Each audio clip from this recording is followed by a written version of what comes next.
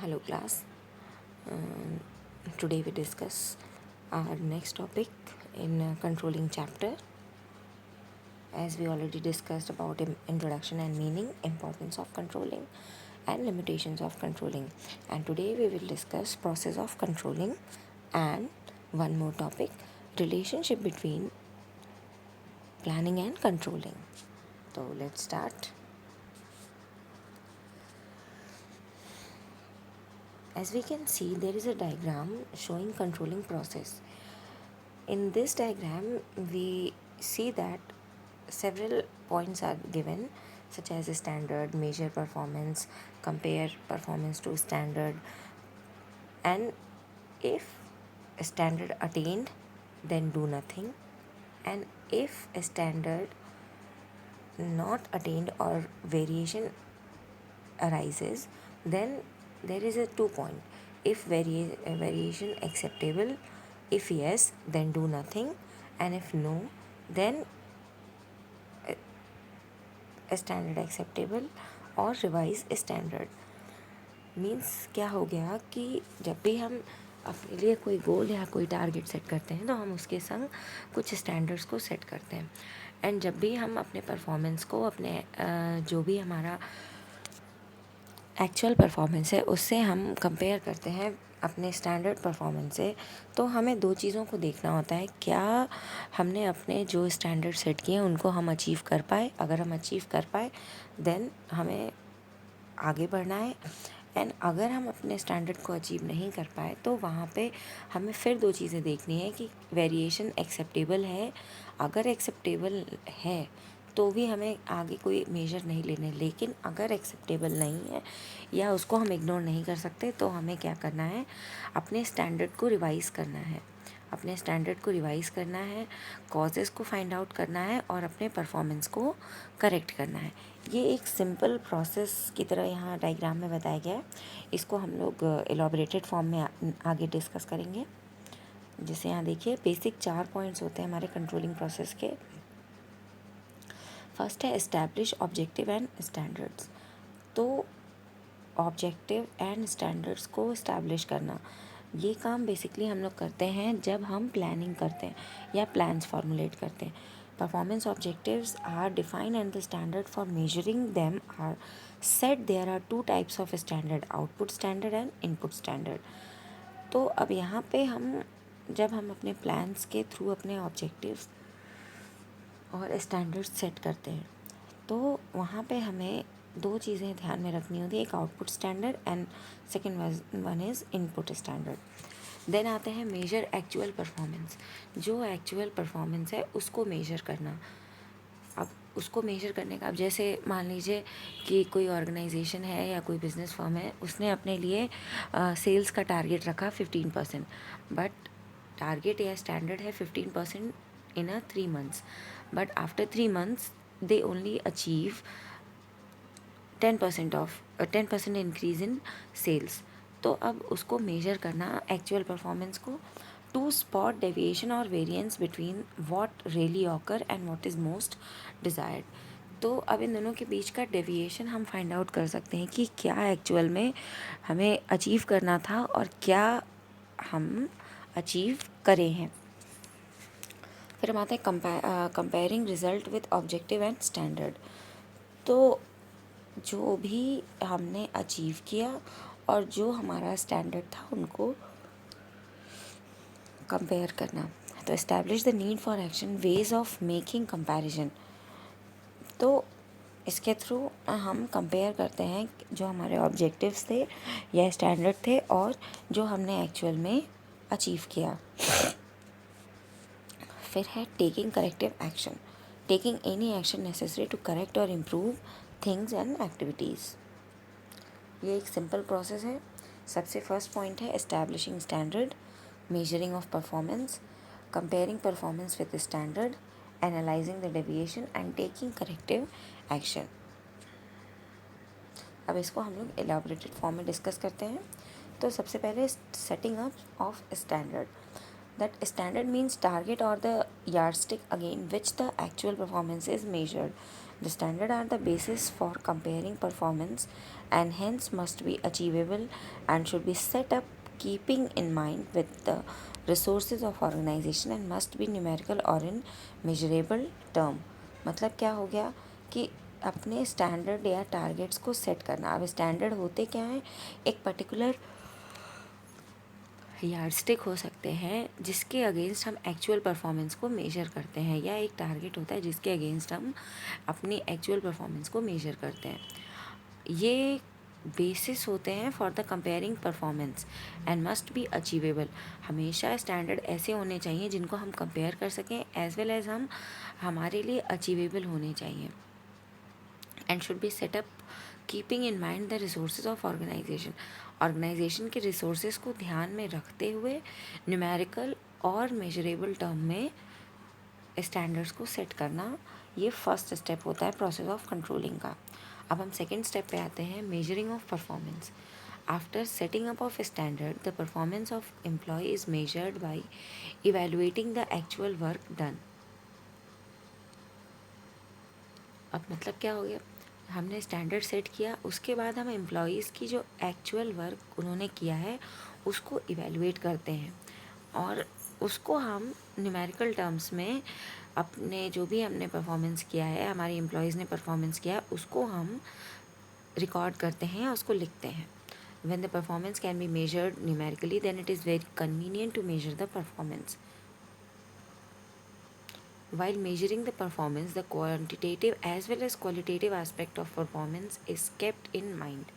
जब भी हम परफॉर्मेंस को मेजर करते हैं तो वहाँ पे क्वालिटेटिव पॉइंट ऑफ व्यू के साथ साथ हमें क्वांटिटेटिव पॉइंट ऑफ व्यू दोनों को ध्यान में रखना है। Sometime employees achieve the quantitative standard by ignoring qualitative standards. कई बार ऐसा होता है कि जो एम्प्लॉयज़ है या जो वर्कर्स है वो क्वांटिटेटिव स्टैंडर्ड्स को तो या न्यूमेरिकल स्टैंडर्ड्स को तो अचीव कर लेते हैं, बट वो सेम टाइम पे क्वालिटेटिव स्टैंडर्ड्स को इग्नोर कर देते हैं। अब क्वालिटेटिव स्टैंडर्ड्स क्या होते हैं, जैसे उनकी वेलबींग हो गई या उनका बिहेवियर हो गया, उनकी ऑनेस्टी हो गई, उनकी ट्रूथफुलनेस हो गई, तो ये क्वालिटेटिव स्टैंडर्ड होते हैं। क्वांटिटेटिव स्टैंडर्ड मीन्स अब जैसे सेल्स इंक्रीज़ करनी है 15% या नंबर ऑफ़ यूनिट्स इंक्रीज़ करने हैं, पर डे प्रोडक्शन इंक्रीज़ करना है, तो ये क्वांटिटेटिव स्टैंडर्ड्स हो जाते हैं। Generally the performance of manager is measured by looking at the overall efficiency level of the organisation. क्योंकि मैनेजर की जो भी हम कह सकते हैं परफॉर्मेंस मेजर की जाती है वो ऑर्गेनाइजेशन की ओवरऑल एफिशिएंसी से मेज़र की जाती है। For example, the performance of research and development department is measured by change in technology and updatation of production department. The performance should be measured periodically in short period of time. फिर है compare performance against standard.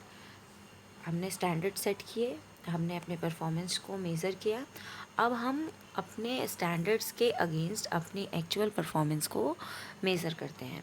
तो after measuring of performance the manager compare the actual performance with the planned performance and standard.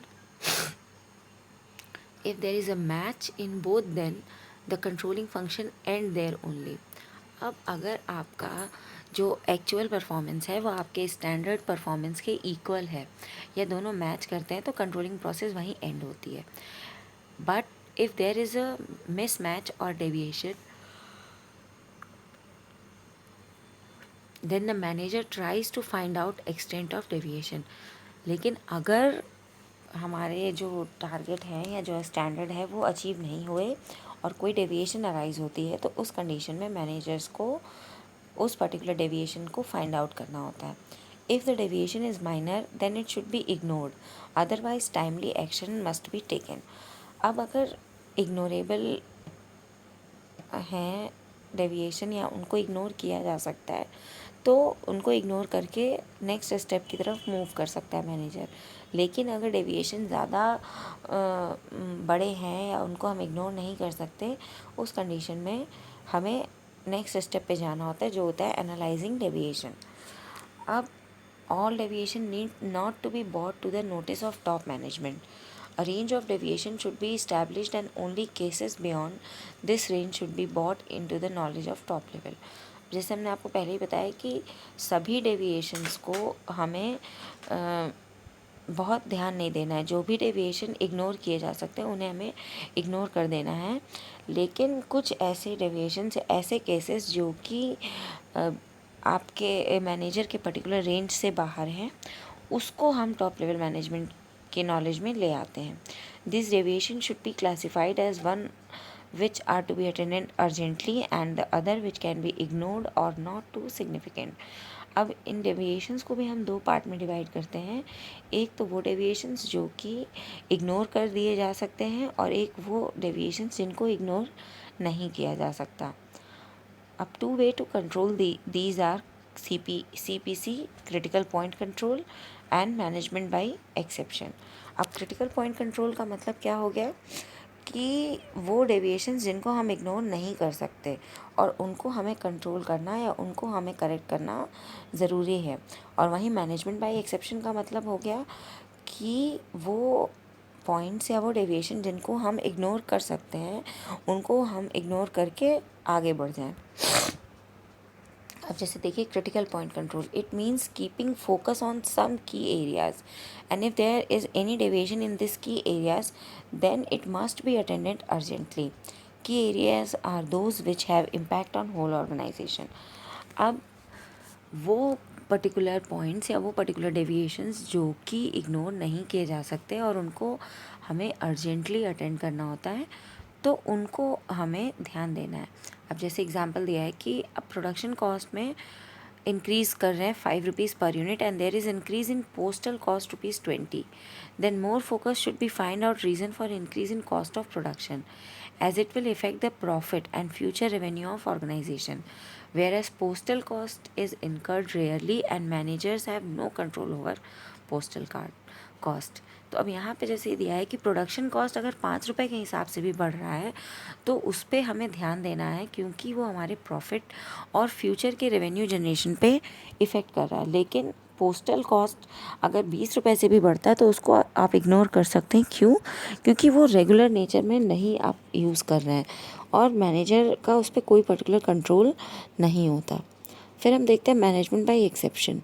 It means the manager who try to control everything may end up controlling nothing.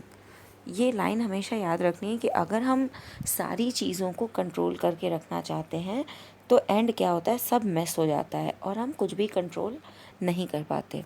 तो the deviation which are beyond the specific range should only be handled by manager and minor deviation can be ignored.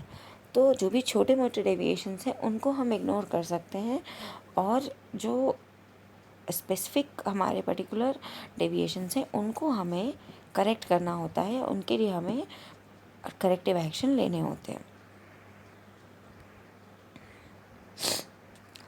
अब advantages of management by exceptions, ये कभी कभी पूछा जाता है 1 marks में। It save times and efforts of managers. अब जाहिर सी बात है कि अगर मैनेजर कुछ स्पेसिफिक पॉइंट्स पे या कुछ स्पेसिफिक एरियाज़ के डेविएशंस को ध्यान में रखते हैं और उनको करेक्ट करते हैं तो उनके टाइम और एफर्ट का काफ़ी बेनिफिट हो जाता है, काफ़ी वो सेव हो जाते हैं। It focuses attention of manager on significant matters. सिर्फ इम्पॉर्टेंट मैटर्स पे ही मैनेजर्स का अटेंशन होता है। No wastage of time and energy of manager to solve routine problem, these are solved by subordinates and it differentiate between critical and simple problem. And last step है taking corrective measures. On comparing the actual performance with the planned performance, manager will come to know about deviations between the plan and actual performance. The next step is to remove these deviation and bring back things on track according to plan. तो अब taking correcting measures में क्या क्या चीज़ें हो सकती हैं। Let the situation remain same if the deviation are minor. अगर छोटे छोटे या इग्नोरेबल डेविएशंस हैं तो हम सिचुएशन को वैसे ही छोड़ सकते हैं। Redesign the plan if these are over stated और not matching with the present day business environment. अपने प्लान्स को रीडिज़ाइन करना according to business environment and taking corrective measure to improve the performance so that in the future it match with the plan. अपने performance को increase करना और अपने plan को correct करने के लिए मेजर्स लेना। तो ये हमारा कंप्लीट हो गया पर्टिकुलर टॉपिक, जो कि है प्रोसेस ऑफ कंट्रोलिंग।